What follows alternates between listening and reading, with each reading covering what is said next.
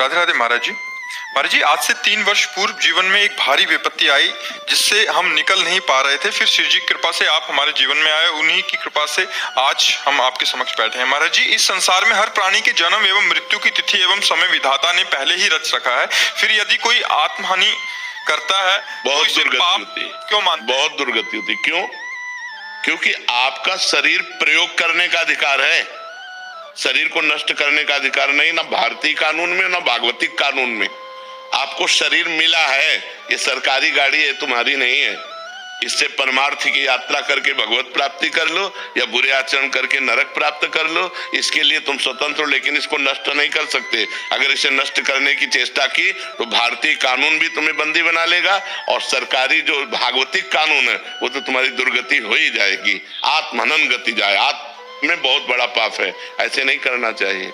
ये शरीर मिला है, दुख सुख भोग करके भगवान की प्राप्ति करो, नाम जप करो, जो प्रारब्धानुसार शुभ अशुभ कर्मों का फल आवे उसे भगवान का कृपा प्रसाद मान के भोग लो और जीवन को भगवान की इच्छा से पूर्ण करो। अपनी इच्छा से पूर्ण करोगे तो आत्महत्या मानी जाएगी। महाराज जी, ये पूछना चाहती हूँ कि यदि कोई आत्मा हानि करता है तो ये भी तो विधाता ने ही रचा है। नहीं नहीं, ये विधाता ने नहीं रचा, ये मन ने रचा है, ये मन ने रचा है। जो पाप कर्म किए जाते हैं वो निगेटिव चिंतन पैदा करते हैं, नकारात्मक सोच पैदा करते हैं, वही डिप्रेशन में ले जाते हैं, वही सुसाइड का प्रेरणा करता है।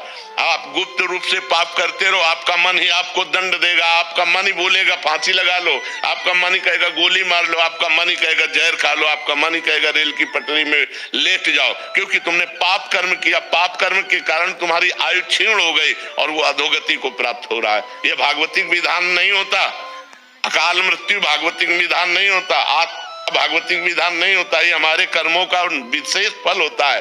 कोई महान अपराध, महत अपराध बन गया जिससे आत्महत्या का योग लगा। लेकिन महाराज जी, यदि कोई खुद को बेगुनाह साबित करने के लिए कर लेता है, उसका पूर्व पाप है। ऐसा नहीं, बेगुनाह साबित करने के लिए हम